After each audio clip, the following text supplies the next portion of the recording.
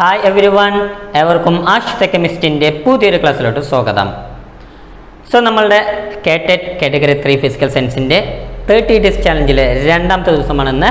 അപ്പോൾ കഴിഞ്ഞ ദിവസം നമ്മൾ മോൾ കോൺസെപ്റ്റിനെ കുറിച്ചിട്ട് കുറേ കാര്യങ്ങൾ നോക്കിയാൽ അല്ലേ. അപ്പോൾ ഇന്ന് നമ്മൾ നോക്കാൻ പോകുന്ന ടോപ്പിക് എന്ന് പറയുന്നത് ഗ്യാസ് ലോസ് ആണ്. സോ വളരെയധികം ഇമ്പോർട്ടൻ്റ് ആയിട്ടുള്ള ടോപ്പിക് തന്നെയാണ് ഗ്യാസ് ലോസ്. അപ്പോൾ കെമിസ്ട്രിയുടെ ABCD എന്നൊക്കെ അറിയപ്പെടുന്നവരാണ് ഗ്യാസ് ലോസ് അല്ലേ. Avogadro's law, Boyle's law, Charles law, Dalton's law, അങ്ങനെ പല ലോസ് ഉണ്ട്. അതിൽ നമ്മൾ ഇന്ന് ഡിസ്കസ് ചെയ്യാനായിട്ട് പോകുന്നത് Boyle's law, Charles law, Avogadro's law, അതേപോലെ തന്നെ ഇത് മൂന്നും കൂടി കമ്പൈൻ ചെയ്തിട്ടുള്ള ഐഡിയൽ ഗ്യാസ് ഇക്വേഷൻ. സോ ഇത്രയുമാണ് നമ്മൾ ഇന്ന് ഡിസ്കസ് ചെയ്യാനായിട്ട് പോകുന്നത്. അപ്പോൾ ആദ്യമായിട്ട് നമുക്ക് ബോൾസ് ലോ നോക്കാം. സോ എന്താണ് ബോൾസ് ലോ? നമുക്കറിയാം ഗ്യാസുകളെ കുറിച്ചിട്ടാണ് എല്ലാ ലോസും സംസാരിക്കുന്നത് അല്ലേ. ഈ 4 ലോസും സംസാരിക്കുന്നത് ഗ്യാസിനെ കുറിച്ചിട്ടാണ്. സോ ഏതൊരു ഗ്യാസ് എടുത്താലും ആ ഗ്യാസിൻ്റെ സ്റ്റേറ്റിനെ റെപ്രസെൻറ്റ് ചെയ്യാനായിട്ട് നമുക്ക് ചില പാരാമീറ്റേഴ്സ് ഉണ്ട്. ഏതെല്ലാമാണ് ആ പാരാമീറ്റേഴ്സ് എന്ന് നോക്കിയാൽ pressure, temperature, volume and amount. ആ എമൗണ്ട് എന്നുള്ളതിനെ നമ്മൾ നമ്പർ ഓഫ് മോൾസ് എന്ന് പറയും. അപ്പോൾ ഈ 4 പാരാമീറ്റേഴ്സാണ് നമുക്കുള്ളത്. ആരെല്ലാമാണ് 4 parameters? Pressure, volume, temperature and number of moles. ഇവർ 4 പേരുമാണ് അത്. അപ്പോൾ നമ്മൾ പഠിക്കാൻ പോകുന്ന ഏത് ലോ എടുത്താലും ഒരു കാര്യം അറിഞ്ഞു വയ്ക്കുക, ഈ 4 പാരാമീറ്റേഴ്സിൽ 2 പേര് കോൺസ്റ്റൻ്റ് ആയിരിക്കും. ആ റിമൈനിങ് ആയിട്ടുള്ള 2 പേരുടെ റിലേഷനാണ് നമ്മൾ പഠിക്കാനായിട്ട് പോകുന്നത്. സോ ഫോർ എക്സാമ്പിൾ നമ്മൾ നമ്മുടെ ബോയ്സ് ലോ നോക്കുകയാണെങ്കിൽ ബോയ്സ് ലോയിൽ ടെമ്പറേച്ചറും നമ്പർ ഓഫ് മോൾസും കോൺസ്റ്റൻ്റ് ആയിരിക്കും. ടെമ്പറേച്ചറും നമ്പർ ഓഫ് മോൾസും കോൺസ്റ്റൻ്റ് ആയിരിക്കും. അപ്പോൾ പിന്നെ ആരുടെ റിലേഷനാണ് നമ്മൾ പഠിക്കാനായിട്ട് പോകുന്നത്? പ്രഷറും വോളിയം തമ്മിലുള്ള റിലേഷൻ അല്ലേ. ഓക്കെ, അപ്പോൾ ബോയ്സ് ലോ പറഞ്ഞത് എന്താണ്? At a constant temperature the volume of a fixed amount of gas. The volume of a fixed amount of gas. ആ ഫിക്സ്ഡ് എമൗണ്ട് ഓഫ് ഗ്യാസ് എന്ന് പറഞ്ഞതിലാണ് എന്ത് വന്നിരിക്കുന്നത്? നമ്പർ ഓഫ് മോൾസ് കോൺസ്റ്റൻ്റ് എന്ന് വന്നിരിക്കുന്നത്. അപ്പോൾ ഓൾറെഡി നമ്മൾ ടെമ്പറേച്ചർ കോൺസ്റ്റൻ്റ് എന്ന് പറഞ്ഞു, ആൻഡ് ഇപ്പോൾ ഫിക്സ്ഡ് എമൗണ്ട് ഓഫ് ഗ്യാസ് എന്ന് പറഞ്ഞു. അതിനർത്ഥം നമ്പർ ഓഫ് മോൾസും കോൺസ്റ്റൻ്റ് ആണ്. So once again, at a constant temperature the pressure of a fixed amount of gas is inversely proportional to volume. പ്രഷറും വോളിയവും ഇൻവേഴ്സ്ലി പ്രൊപ്പോർഷണൽ ആണ്. എന്താണ് ഇൻവേഴ്സ്ലി പ്രൊപ്പോർഷണൽ എന്ന് വെച്ചാൽ നമുക്കറിയാം ഒരാൾ കൂടിയാൽ മറ്റേ ആൾ കുറയും അല്ലേ. അപ്പോൾ ബോൾസ് ലോ അനുസരിച്ച് ടെമ്പറേച്ചറും നമ്പർ ഓഫ് മോൾസും കോൺസ്റ്റൻ്റ് ആണെങ്കിൽ പ്രഷർ കൂടിയാൽ വോളിയം കുറയും, പ്രഷർ കുറഞ്ഞാൽ വോളിയം കൂടും. That's why they are inversely proportional to each other. So നമ്മളിതിനെ മാത്തമാറ്റിക്കലായിട്ട് റെപ്രസെൻറ്റ് ചെയ്യുമ്പോൾ എങ്ങനെ ചെയ്യും? P inversely proportional to V. അതിനിങ്ങനെയാണ് നമ്മൾ സാധാരണ എഴുതുക. ഇതേ ഇക്വേഷന് വേറെ രീതിയിൽ എങ്ങനെ എഴുതാമെന്ന് ചോദിച്ചാൽ പി പ്രൊപ്പോർഷണൽ ടു 1/v. രണ്ടും ഒരേ അർത്ഥമാണ്. ഓക്കെ, ഈ 2 രീതിയിൽ ഞാൻ എഴുതാനുള്ള കാരണമുണ്ട്, അത് കുറച്ച് കഴിഞ്ഞ് പറഞ്ഞുതരാം. അപ്പോൾ ഇത് രണ്ടും ഒരേ മീനിങ് തന്നെയാണ്. ഒന്നില്ലെങ്കിൽ P inversely proportional to V എന്ന് പറയാം, അല്ലെങ്കിലോ P directly proportional to 1/v എന്ന് പറയാം. രണ്ടും ഒരേ മീനിങ് ആണ്. സോ ഓക്കെ, നമ്മൾ പ്രൊപ്പോർഷണാലിറ്റി മാറ്റാനായിട്ട് സാധാരണ എന്ത് ചെയ്യും? ഒരു കോൺസ്റ്റൻ്റ് വെച്ച് മൾട്ടിപ്ലൈ ചെയ്യും അല്ലേ. അപ്പോൾ ഇതിനെ ഒരു കോൺസ്റ്റൻ്റ് വെച്ച് മൾട്ടിപ്ലൈ ചെയ്യും. ഈ ഇക്വേഷൻ എടുത്ത് മൾട്ടിപ്ലൈ ചെയ്യണം. സോ പി ഈക്വൽ ടു ഒരു കോൺസ്റ്റൻ്റ് എടുക്കണം. ആ കോൺസ്റ്റൻറ്റിന് ഫോർ എക്സാമ്പിൾ കെ എന്ന് കൊടുക്കാം. എല്ലാ ലോയ്ക്കും കെ തന്നെ എടുക്കുന്നതാണെന്നുള്ളതിന് പകരം ഞാൻ അതിന് K1 എന്നുള്ള പേര് കൊടുക്കുകയാണ്. ഡിവൈഡഡ് ബൈ വി എന്ന് വരും. സോ പ്രൊപ്പോർഷണാലിറ്റി മാറ്റി ഈക്വൽ ടു കൊണ്ടുവരാനായിട്ട് നമ്മൾ ആരും ഉപയോഗിച്ചത് ഒരു കോൺസ്റ്റൻറ്റ് ഉപയോഗിച്ചത്. സോ ഇവിടെ K1 എന്ന് പറയുന്ന ആളൊരു കോൺസ്റ്റൻ്റ് ആണ്.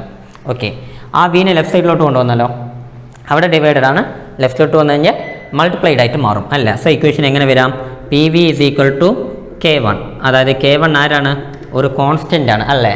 So P V is equal to a constant. ഇതാണ് ബോൾസ് ലോയുടെ മാത്തമാറ്റിക്കൽ റെപ്രസെൻറ്റേഷൻ എന്ന് പറയുന്നത്. P V is equal to a constant എന്ന് പറയുന്നത്.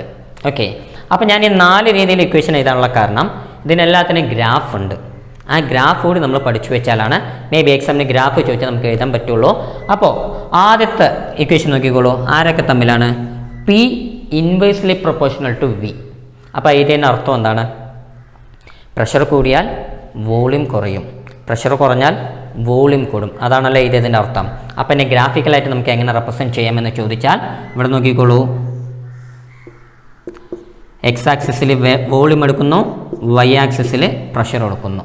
ഓക്കെ, അപ്പോൾ ഈ ഒരു ഗ്രാഫ്, ഈ ഒരു ഇക്വേഷൻ്റെ graph P inversely proportional to V, അതിൻ്റെ ഗ്രാഫ് എങ്ങനെ വരുമെന്ന് ചോദിച്ചാൽ ഇങ്ങനെയായിരിക്കും വരിക. ഇത് ഒരേ ഗ്യാസിന് ഡിഫറെൻറ്റ് ടെമ്പറേച്ചറിൽ എടുത്താണ്. ഓക്കെ, ഡിഫറെൻറ്റ് ടെമ്പറേച്ചറിലുള്ള ഗ്യാസ് ഞാൻ ഗ്രാഫ് കാണിക്കണേ.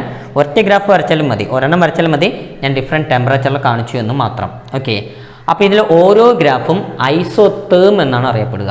ഓരോ ഗ്രാഫും അറിയപ്പെടുന്നത് ഐസോതേം എന്നാണ്. കാരണം നമ്മൾ ആ ടെമ്പറേച്ചർ എന്താ ചെയ്ത് വെച്ചിരിക്കുന്നത്? കോൺസ്റ്റൻ്റ് ആണ്. സോ ടെമ്പറേച്ചർ കോൺസ്റ്റൻ്റ് ആയിട്ട് വരക്കുന്ന ഗ്രാഫ് ഐസോതേം എന്നാണ് അറിയപ്പെടുക. Okay, അതായല്ലോ deal. ഇനി ഇതിൻ്റെ ഗ്രാഫാണ് വരയ്ക്കുന്നതെങ്കിലോ, ഇതിൻ്റെ ഗ്രാഫാണെങ്കിൽ നമ്മൾ ആരൊക്കെ തമ്മിലുള്ള ഗ്രാഫാണ് വരയ്ക്കുക? പ്രഷറും 1/v തമ്മിലുള്ള ഗ്രാഫാണ് അല്ലേ? സോ പ്രഷറും 1/v തമ്മിലുള്ള ഗ്രാഫാണ്. അപ്പോൾ ആ ഗ്രാഫ് പ്രൊപ്പോർഷണൽ ആയിട്ടാണ് വരിക. അതായത് പ്രഷർ കൂടുമ്പോൾ 1/v കൂടും, 1/v കൂടും, അതായത് v കുറയും എന്നാണ്. v കുറയും എന്നുള്ളതിന് തിരിച്ചു പറഞ്ഞതാണ് എങ്ങനെ? 1/v കൂടുന്നത്. സോ പ്രഷറും 1/v തമ്മിലുള്ള ഗ്രാഫാണെങ്കിൽ നേരെ ആൾ മാറി, ശ്രദ്ധിച്ചോളൂ. y ആക്സിസ് x ആക്സിസിൽ 1/v എടുക്കാം, y ആക്സിസിൽ പ്രഷറും എടുത്തു കഴിഞ്ഞാൽ ഇവിടുത്തെ ഗ്രാഫ് വരുന്നത് ഇങ്ങനത്തെ സ്ട്രെയിറ്റ് ലൈനായിട്ടായിരിക്കും വരിക. ഇവിടുത്തെ ഗ്രാഫിന് ഇങ്ങനെ സ്ട്രെയിറ്റ് ലൈനായിട്ടായിരിക്കും. ഡിഫറെൻറ്റ് ടെമ്പറേച്ചറിൽ വരച്ചുകൊണ്ടാണ് ഞാൻ 3 ഗ്രാഫ് വരച്ചത്. ഒറ്റ ഗ്രാഫ് വരയ്ക്കായിരുന്നു, ഡിഫറെൻറ്റ് ടെമ്പറേച്ചറിൽ കാണിച്ചു എന്ന് മാത്രം. സോ ഇവിടെ എന്താ സംഭവിച്ചത്? പ്രഷർ കൂടുമ്പോൾ 1/v കൂടുകയാണ്. അപ്പോൾ 2 ഗ്രാഫും വ്യത്യാസം മനസ്സിലായില്ലേ?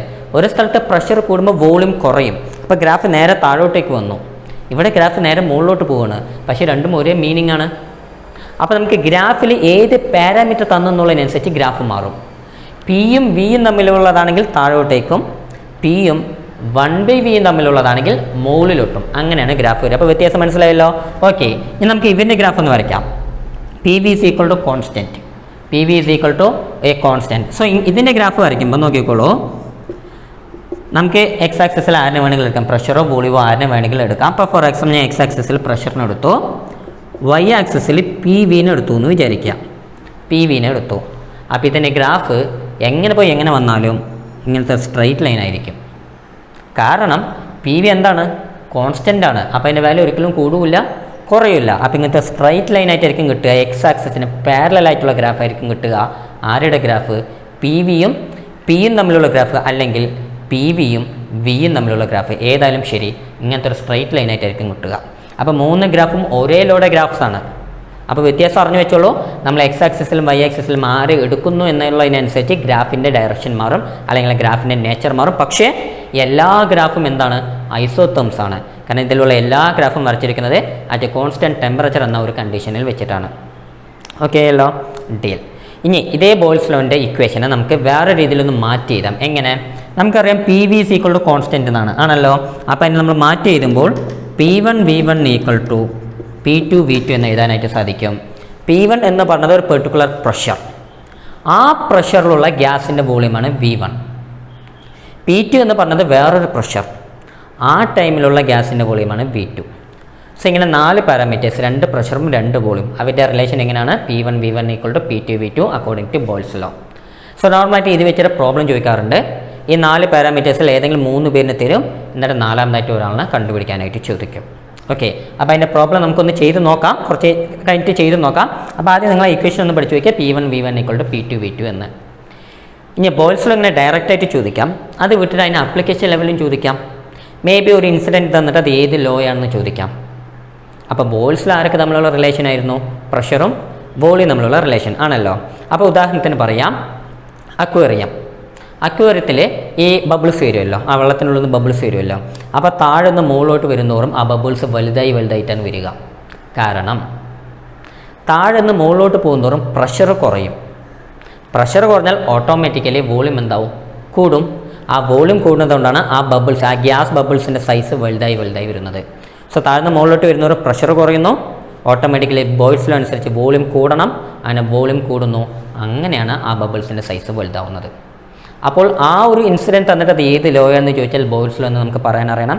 ബോയ്ൽസ് ലോയുടെ ആപ്ലിക്കേഷൻ ഏതാണെന്ന് ചോദിച്ചാൽ ഇത് ബോയ്ൽസ് ലോയുടെ ആപ്ലിക്കേഷൻ എന്നുള്ള രീതിയിൽ നമുക്ക് പറയാൻ സാധിക്കണം. ഇപ്പോൾ ക്ലിയർ ആയല്ലോ? ഓക്കെ, അങ്ങനെയാണെങ്കിൽ നമുക്ക് ഈ ഒരു ഇക്വേഷൻ വെച്ചിട്ട് ഒരു പ്രോബ്ലം ചെയ്ത് നോക്കാം. അപ്പോൾ നമുക്കുള്ള ചോദ്യം ഇങ്ങനെയാണ്: a balloon is filled with a hydrogen at room temperature. It occupies a volume of 2.27 litre at 1 bar pressure. Calculate its volume at 2 bar pressure. അപ്പോൾ ഒരു ഗ്യാസ് ആണ് ഉള്ളത്, അല്ല ഹൈഡ്രജൻ എന്നുള്ള ഗ്യാസ് ആണ് ഇവിടെ ഉള്ളത് ബലൂണിൽ. അപ്പോൾ ആക്ച്വലി എന്താ തന്നിരിക്കുന്നത്? It occupies a volume of 2.27 litre at 1 bar pressure. 1 bar പ്രഷറിൽ അതിൻ്റെ വോളിയം 2.27 ലിറ്റർ ആണ്. അപ്പോൾ ഇതിന് നമുക്ക് എന്ത് പറയാം? P1 എന്നുള്ളതാണ് 1 ബാർ, V1 എന്നുള്ളതാണ് 2.27 ലിറ്റർ അല്ലേ? ആ കറസ്പോണ്ടിങ് ആയിട്ടുള്ള വോളിയത്തിന് പ്രഷറിനെയും P1 V1 എന്ന് നമുക്ക് എടുക്കാം. Calculate its volume. അപ്പോൾ വോളിയമാണ് കണ്ടുപിടിക്കേണ്ടത്, അതായത് V2 കണ്ടുപിടിക്കണം അല്ലേ? When at A 2 bar pressure എത്രയാണ്? 2 ബാർ ആണ്. അപ്പോൾ P2 ആണ് എത്ര? 2 ബാർ. അപ്പോൾ കിട്ടിയല്ലോ, ഇത്രയും ഡീറ്റെയിൽസ് കിട്ടി. അങ്ങനെ ബോൾസിൽ വെച്ച് നമുക്ക് ചെയ്യാം. എന്താണ് നമ്മുടെ equation? P1 V1 equal to P2 V2. ഇതിൽ ആരെയാണ് കണ്ടുപിടിക്കേണ്ടത്? V2. അപ്പോൾ ആരെ എങ്ങോട്ടേക്ക് കൊണ്ടുവരണം? P2നെ ഇങ്ങോട്ടേക്ക് കൊണ്ടുവരണം. അത് വന്നാൽ എന്താവും? ഡിവൈഡഡ് ആയിട്ട് മാറും ആണല്ലോ, കാരണം മൾട്ടിപ്ലൈഡ് ആണ്. ഇങ്ങോട്ടേക്ക് വന്നാൽ ഡിവൈഡഡ് ആയിട്ട് മാറും. So V2 equal to P1 V1 by P2 എന്ന് കിട്ടും. ഇക്വേഷൻ റീഅറേഞ്ച് ചെയ്യുമ്പോൾ ആണല്ലോ, വാല്യൂ സബ്സ്റ്റിറ്റ്യൂട്ട് ചെയ്യാം. P1 എന്ന് വെച്ചാൽ 1 ബാർ, V1 എന്ന് വെച്ചാൽ 2.27 ഡിവൈഡഡ് ബൈ P2 എന്ന് വെച്ചാൽ 2. സോ ഇവിടെ ചെയ്യുമ്പോൾ എത്ര വരും? 1.135 ലിറ്റർ എന്ന് കിട്ടും. 1.135 ലിറ്റർ എന്ന് കിട്ടും. സോ അതാണ് നമ്മുടെ ആൻസർ. ഓക്കെ അല്ലോ? സോ ജസ്റ്റ് അത്രയേ ഉള്ളൂ. സോ തന്ന ക്വസ്റ്റ്യനിൽ തന്നിട്ടുള്ള വാല്യൂസും സബ്സ്റ്റിറ്റ്യൂട്ട് ചെയ്താൽ മതി, നമുക്ക് ഓട്ടോമാറ്റിക് കണ്ടുപിടിക്കാൻ സാധിക്കും. സോ ഇതാണ് നമ്മുടെ ബോൾസ് ലോ എന്ന് പറയുന്നത്. നമുക്ക് രണ്ടാമത്തെ ലോ, ചാൾസ് ലോ നോക്കാം. നമ്മുടെ ചാൾസ് ലോയിലെ പ്രഷറും നമ്പർ ഓഫ് മോൾസുമാണ് കോൺസ്റ്റൻറ്റ്. അപ്പോൾ ആർക്ക് തമ്മിലുള്ള റിലേഷൻ ആയിരിക്കും? ഓഫ് കോഴ്സ് വോളിയവും ടെമ്പറേച്ചറും തമ്മിലുള്ള റിലേഷൻ. ലോ ഇത്രയേ ഉള്ളൂ. At a constant pressure the volume of a fixed amount of gas is directly proportional to temperature in Kelvin scale. Volume ടെമ്പറേച്ചറിന് ഡയറക്ട്ലി പ്രൊപ്പോർഷണൽ ആണ്. അത്രയേ ഉള്ളൂ ഇല്ലോ. അവിടെ ഇൻവേഴ്സ്ലി പ്രൊപ്പോർഷണൽ പറഞ്ഞു, ഇവിടെ ഡയറക്ട്ലി പ്രൊപ്പോർഷണൽ അത്രയേ ഉള്ളൂ. പക്ഷേ ഒരു കാര്യം ശ്രദ്ധിക്കണം, ആ ടെമ്പറേച്ചറിന് നമ്മൾ കെൽവിൻ സ്കെയിലിൽ തന്നെ എടുക്കണം. നമുക്കറിയാം ടെമ്പറേച്ചറിന് പല യൂണിറ്റ്സ് ഉണ്ടല്ലേ, degree Celsius, degree Fahrenheit, Kelvin, degree Rankine, അങ്ങനെ പലതും ഉണ്ട്. ഇതിൽ ഡിഗ്രി റാൻകൈൻ നിങ്ങൾ കേട്ടില്ലെങ്കിൽ ഇത് മൂന്നെങ്കിലും കേട്ടിരിക്കും. Degree Celsius, degree Fahrenheit, Kelvin. ആ പറഞ്ഞതിൽ തന്നെ ശ്രദ്ധിക്കൂ, സെൽഷ്യസ് പറഞ്ഞപ്പോഴും ഡിഗ്രി എന്ന് പറഞ്ഞു, ഫാരൻഹീറ്റ് പറഞ്ഞപ്പോഴും ഡിഗ്രി എന്ന് പറഞ്ഞു. പക്ഷേ കെൽവിൻ എന്ന് പറഞ്ഞപ്പോൾ ഡിഗ്രി ചേർത്തി പറഞ്ഞില്ല, വെറും കെൽവിൻ എന്ന് മാത്രമാണ് പറഞ്ഞത് അല്ലേ? കാരണം എന്താണ്? കാരണം കെൽവിനാണ് ടെമ്പറേച്ചറിൻ്റെ SI യൂണിറ്റ് എന്നറിയപ്പെടുന്നത്. ടെമ്പറേച്ചറിൻ്റെ SI യൂണിറ്റ് കെൽവിനാണ്. അങ്ങനെ ചോദിച്ചാൽ അതും എഴുതാൻ പഠിച്ചു വയ്ക്കുക. ടെമ്പറേച്ചറിൻ്റെ SI യൂണിറ്റ് കെൽവിനാണ്. ഓക്കെ, സോ ആദ്യം തന്നെ നമുക്ക് ഇവർ മൂന്ന് പേര് തമ്മിലുള്ള റിലേഷൻ പഠിച്ചു വയ്ക്കാം. ആരൊക്കെ തമ്മിലുള്ളത്? ഡിഗ്രി സെൽഷ്യസും ഡിഗ്രി ഫാരൻഹീറ്റും കെൽവിനും തമ്മിലുള്ള റിലേഷൻ പഠിച്ചു വയ്ക്കാം. അങ്ങനെയാണെങ്കിൽ പിന്നെ ബോൾസ് ലോ, ചാൾസ് ലോ പറയുമ്പോൾ കുറച്ചുകൂടി എളുപ്പത്തിൽ ചെയ്യാനായിട്ട് സാധിക്കും. സോ ശ്രദ്ധിച്ച് നോക്കിക്കോളൂ, കെൽവിൻ കണ്ടുപിടിക്കാൻ ഡിഗ്രി സെൽഷ്യസിൻ്റെ കൂടെ 273.15 ചേർത്തിയാൽ മതി. 273, പക്ഷേ അക്യുറേറ്റ് ആയിട്ട് പറയുമ്പോൾ 273.15. അപ്പോൾ ഇപ്പോൾ 100 ഡിഗ്രി സെൽഷ്യസ് ഉണ്ടെങ്കിൽ 100 പ്ലസ് 273.15, അപ്പോൾ എത്ര കിട്ടും? 373.15 കെൽവിൻ എന്ന് കിട്ടും. അപ്പോൾ ഡിഗ്രി സെൽഷ്യസിനെ കെൽവിനിലോട്ട് മാറ്റാനായിട്ട് എന്ത് ചെയ്താൽ മതി? ആ ഡിഗ്രി സെൽഷ്യസിൻ്റെ കൂടെ 273.15 കൂട്ടിയാൽ മതി. കേട്ടല്ലോ? അപ്പോൾ അത് അത്രയേ ഉള്ളൂ. അപ്പോൾ അങ്ങനെ തന്നിട്ട് ഇങ്ങോട്ടേക്ക് കൺവേർട്ട് ചെയ്യാൻ പറഞ്ഞാൽ ഇങ്ങനെ ചെയ്താൽ മതി. അപ്പോൾ തിരിച്ചാണെങ്കിലോ, കെൽവിൻ തന്നിട്ട് ഡിഗ്രി സെൽഷ്യസിനെ ചോദിച്ചാലോ, വേറെ ഒന്നും ചെയ്യണ്ട, ആ 273.15 ഇങ്ങോട്ടേക്ക് കൊണ്ടുവന്നാൽ മതി. അതെന്താവും? മൈനസ് ആയിട്ട് മാറും. അപ്പോൾ കെൽവിൻ എത്രയാണോ തന്നത് അതിൽ നിന്നും 273.15 മൈനസ് ചെയ്താൽ മതി. ഓക്കെ, ആരെ കിട്ടും? ഡിഗ്രി സെൽഷ്യസിനെ കിട്ടും. അപ്പോൾ ജസ്റ്റ് ഒരു ഇക്വേഷൻ പഠിക്കുക, അതിനെ റീഅറേഞ്ച് ചെയ്യാനായിട്ട് ശീലിച്ചാൽ മതി. ഇനി ഡിഗ്രി സെൽഷ്യസും ഡിഗ്രി ഫാരൻഹീറ്റും തമ്മിലുള്ള റിലേഷൻ നോക്കാം. ഡിഗ്രി ഫാരൻഹീറ്റ് കണ്ടുപിടിക്കാനുള്ള equation 9/5 into degree Celsius. 9/5 into degree Celsius എന്നാണ്. ഓക്കെ, അപ്പോൾ 9/5 ഇൻറ്റു ഡിഗ്രി സെൽഷ്യസ് എന്നാണ് അർത്ഥം, പ്ലസ് 32. അതിന് കൂടെ 32 പ്ലസ് ചെയ്യുക. സോ ഇങ്ങനെ ചെയ്താൽ ഡിഗ്രി സെൽഷ്യസിനെ എന്താക്കി മാറ്റാൻ സാധിക്കും? ഡിഗ്രി ഫാരൻഹീറ്റാക്കി മാറ്റാനായിട്ട് സാധിക്കും. ഓക്കെ, അപ്പോൾ അതിൻ്റെ ഒരു പ്രോബ്ലം നമുക്ക് ചെയ്ത് നോക്കാം. For example, convert 100 degree Celsius into degree Fahrenheit. അത് കുറച്ച് എളുപ്പമുള്ളതായതുകൊണ്ട് ഞാൻ അതിപ്പോൾ ചെയ്യുന്നില്ല, ഇത് നമുക്കൊന്ന് ചെയ്ത് നോക്കാം.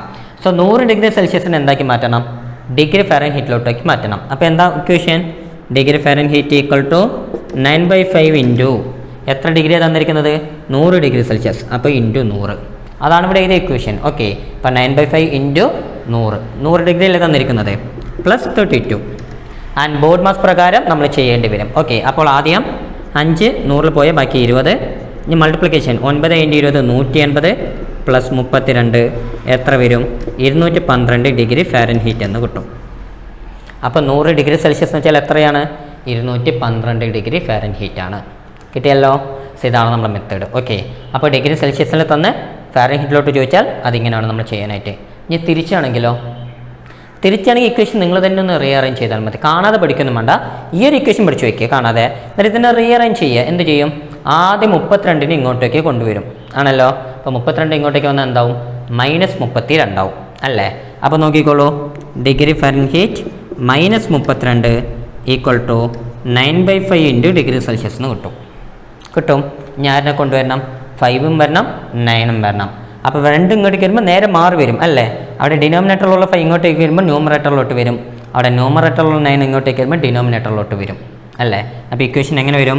Degree Celsius equal two degree Fahrenheit -32 into 5/9 ഇങ്ങനെ വരും. ഇങ്ങനെ ഒരുപാട് ഇക്വേഷൻസ് കാണാതെ പഠിക്കേണ്ട എന്നുള്ളതുകൊണ്ടാണ് ഞാൻ ഒരെണ്ണം പഠിക്കാൻ പറയുന്നത്. അതിനൊന്ന് റീഅറേഞ്ച് ചെയ്യാൻ മാത്രം നമ്മൾ ശീലിച്ചാൽ മതി. ഒന്ന് റീഅറേഞ്ച് ചെയ്ത് കഴിഞ്ഞാൽ നമുക്ക് അടുത്ത ഇക്വേഷൻ കിട്ടും.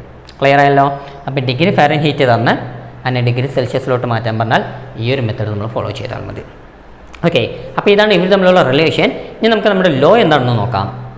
അപ്പോൾ നമ്മുടെ ലോ പറയുന്നത് at constant pressure and number of moles volume is directly proportional to temperature ആണല്ലോ. സോ നമ്മൾ ഇക്വേഷൻ എങ്ങനെ എഴുതും? V proportional to T. Volume directly proportional to temperature എന്നാണ്. അപ്പോൾ ശ്രദ്ധിക്കുക, ഇവിടെ ടെമ്പറേച്ചർ നമ്മൾ എങ്ങനെ എടുക്കണം? കെൽവിനിൽ തന്നെ എടുക്കണം.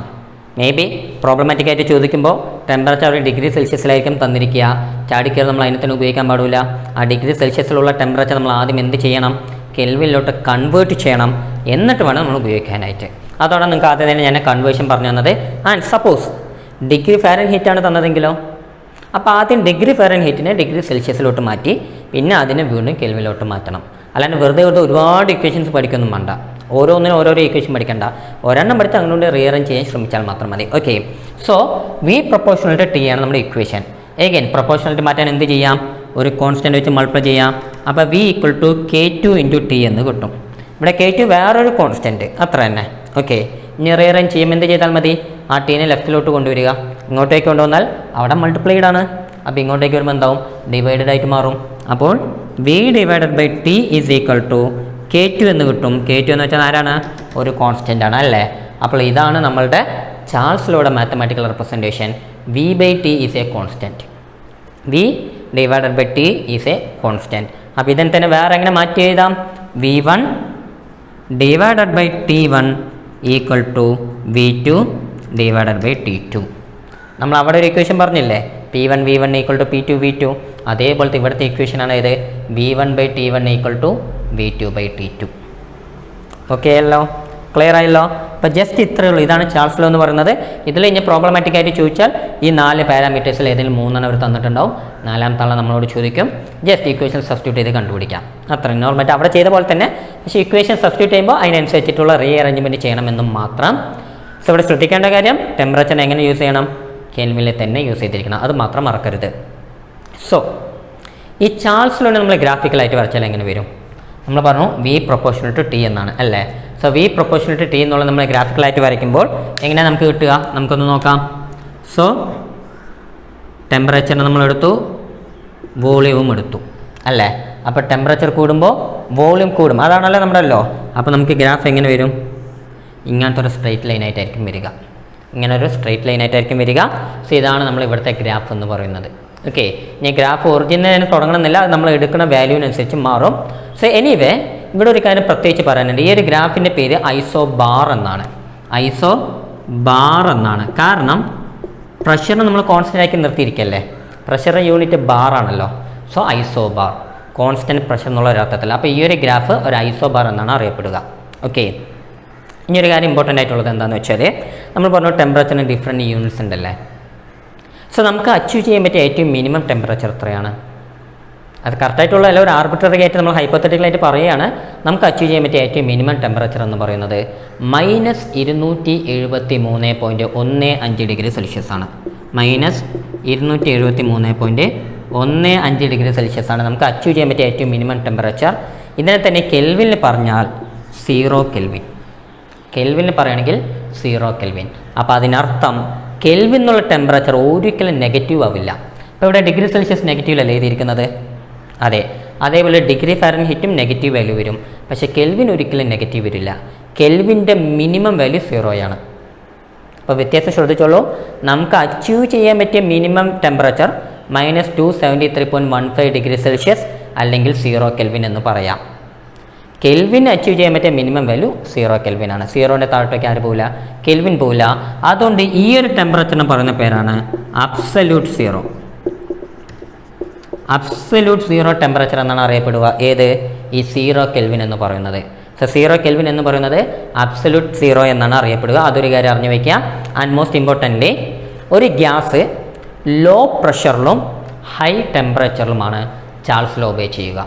അപ്പോൾ ചാൾസ് ലോനെ ഒബേ ചെയ്യുന്ന കണ്ടീഷൻ ഏതാണെന്ന് ചോദിച്ചാൽ at very low pressure and at a high temperature. ഈ ഒരു കണ്ടീഷനിലാണ് ഏതൊരു ഗ്യാസും എന്ത് ചെയ്യുന്നത്? നമ്മുടെ ചാൾസ് ലോനെ ഫോളോ ചെയ്യുന്നത് അല്ലെങ്കിൽ ഒബേ ചെയ്യുന്നത്. ഓക്കെ, ക്ലിയർ ആയല്ലോ? അപ്പോൾ അത്രയേ ഉള്ളൂ. ഇനി ഇതിൻ്റെ ആപ്ലിക്കേഷനായിട്ട് നോക്കിയാലോ? സിമ്പിൾ. ഒന്ന് ഊതി വീർപ്പിച്ച ബലൂൺ വെയിലത്ത് വെച്ചാൽ എന്താവും? കുറേ നേരം കഴിയുമ്പോൾ പൊട്ടും അല്ലേ? കാരണം എന്താണ്? വെയിലത്ത് വെക്കാന്ന് വെച്ചാൽ ചൂട് കൂടിക്കൊണ്ടിരിക്കുകയാണ്. ചൂട് കൂടുമ്പോൾ ആ ഗ്യാസിൻ്റെ വോളിയം കൂടും. അപ്പോൾ അത് വീർത്ത് വന്നിട്ടാണ് പൊട്ടുന്നത്. ഇതേപോലെ വേറൊരു ആപ്ലിക്കേഷൻ നോക്കുകയാണെങ്കിൽ, വേനൽക്കാലങ്ങളിൽ വാഹനങ്ങളുടെ ടയറുകൾ പെട്ടെന്ന് പൊട്ടും അല്ലേ? കാരണം എന്താണ്?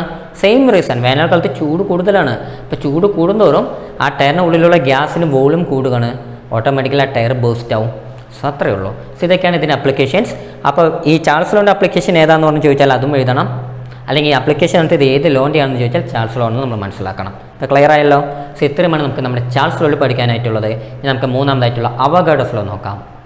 സോ നമ്മുടെ അവഗാഡ്രോസ് ലോയിൽ പ്രഷറും ടെമ്പറേച്ചറുമാണ് കോൺസ്റ്റൻറ്റ്. സോ ഓട്ടോമാറ്റിക്കലി ആര് തമ്മിലുള്ള റിലേഷനാണ്? വി, അതായത് വോളിയവും എൻ, നമ്മുടെ നമ്പർ ഓഫ് മോൾസും അല്ലേ? സോ ഓൾറെഡി കഴിഞ്ഞ ക്ലാസ് ഞാൻ നമ്പർ ഓഫ് മോൾസും നമ്പർ ഓഫ് മോളിക്യൂൾസ് തമ്മിലുള്ള റിലേഷനൊക്കെ പറഞ്ഞിരുന്നു ആണല്ലോ. അപ്പോൾ നമ്പർ ഓഫ് മോൾസ് എന്ന് പറഞ്ഞാൽ നമ്പർ ഓഫ് മോളിക്യൂൾസ് എന്ന് പറഞ്ഞാൽ അർത്ഥം തന്നെയാണ്. ആ അവഗാഡ്രോ നമ്പറിൻ്റെ ഒരു വ്യത്യാസം മാത്രം ഉണ്ടാവും. അത് നമുക്കറിയാം. ഇപ്പോൾ 2 മോൾ എന്ന് വെച്ചാൽ 2 × അവഗാഡ്രോ നമ്പർ ഓഫ് മോളിക്യൂൾസ്, അതാണല്ലോ അർത്ഥം.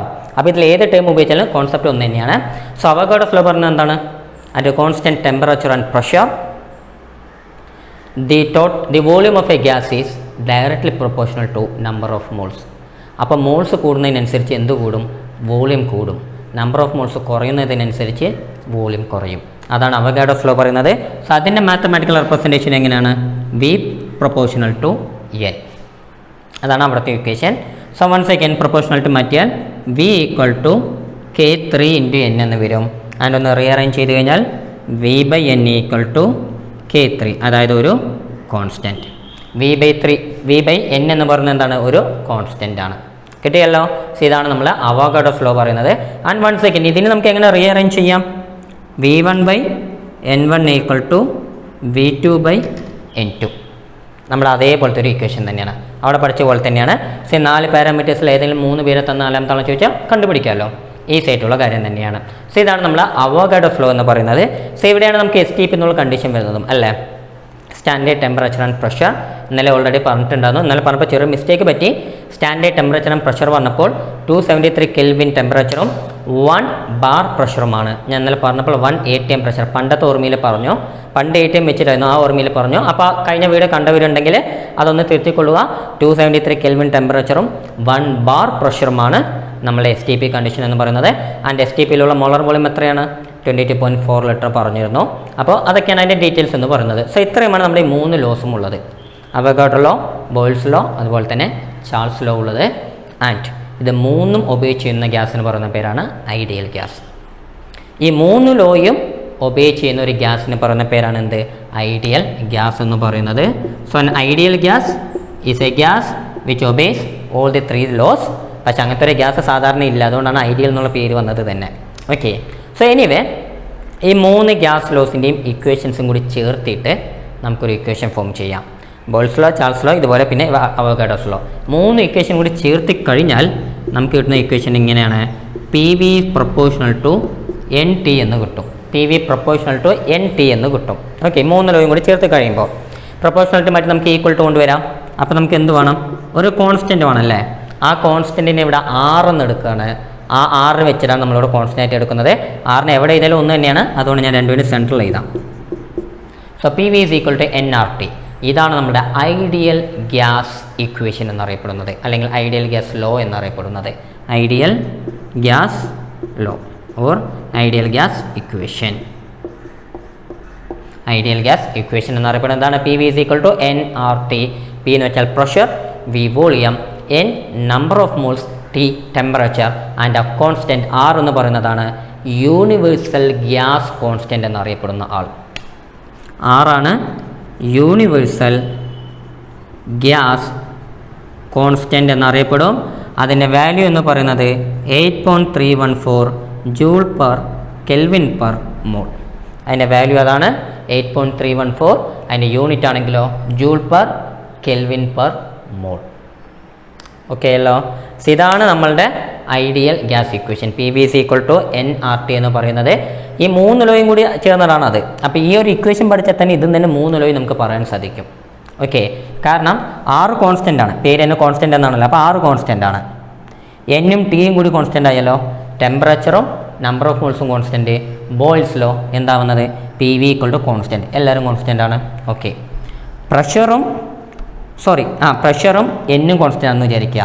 പ്രഷറും എന്നും കോൺസ്റ്റൻ്റ്. അപ്പോൾ പി കോൺസ്റ്റൻറ്റ്, എൻ കോൺസ്റ്റൻറ്റ്, ആറും കോൺസ്റ്റൻറ്റ്. അപ്പോൾ എന്തായി? ആ ടീനെ ഇങ്ങോട്ടേക്ക് കൊണ്ടുവരിക.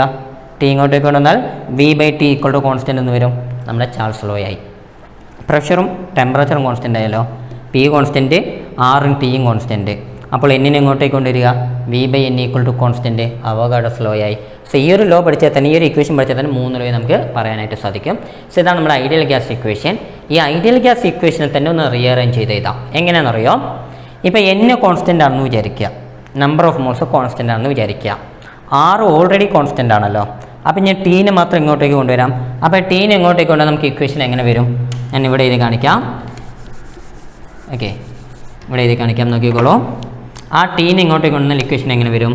P V by T equal to constant എന്ന് വരും. ആണല്ലോ, കാരണം എന്നും കോൺസ്റ്റൻറ്റ്, പിന്നെ 6 ഓൾറെഡി കോൺസ്റ്റൻറ്റ്. അപ്പോൾ P V by T equal to ഒരു കോൺസ്റ്റൻ്റ് എന്ന് കിട്ടും. അപ്പോൾ ഇതിന് വേറെ രീതിയിൽ എങ്ങനെ പറയാം?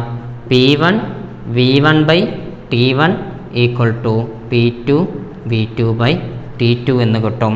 ഇതിന് പറയുന്ന പേരാണ്, ഈ ഒരു ഇക്വേഷന് പറയുന്ന പേരാണ് കമ്പൈൻഡ് ഗ്യാസ് ലോ. ഇതിന് പറയുന്ന പേരാണ് കമ്പൈൻഡ് ഗ്യാസ് ലോ. ഇപ്പോൾ എവിടെ ഞാൻ എഴുതുക? ഇവിടെ ഇതാ കമ്പൈൻഡ് ഗ്യാസ് ലോ എന്നാണ് ഈ ഒരു ഇക്വേഷൻ അറിയപ്പെടുക. P one V one by T one is equal to P two V two by T two. ഇവിടെ 6 പാരാമീറ്റേഴ്സ് ഉണ്ടല്ലേ, 2 പ്രഷർ, 2 വോളിയം, 2 ടെമ്പറേച്ചർ. സോ 6ൽ 5 പേരെ തന്ന 6ാമത്തെ ചോദിക്കാം, അല്ലെങ്കിൽ കമ്പൈൻഡ് ഗ്യാസ് ലോ ഏതാണെന്ന് ചോദിക്കാം. അങ്ങനെ പല രീതിയിൽ വേണമെങ്കിൽ ക്വസ്റ്റ്യൻ ചോദിക്കാം. അപ്പോൾ ഇക്വേഷൻ പഠിച്ചു വെച്ചോളൂ. P one V one divided by T one is equal to P two V two divided by T two. ഇപ്പോൾ ക്ലിയർ ആയല്ലോ.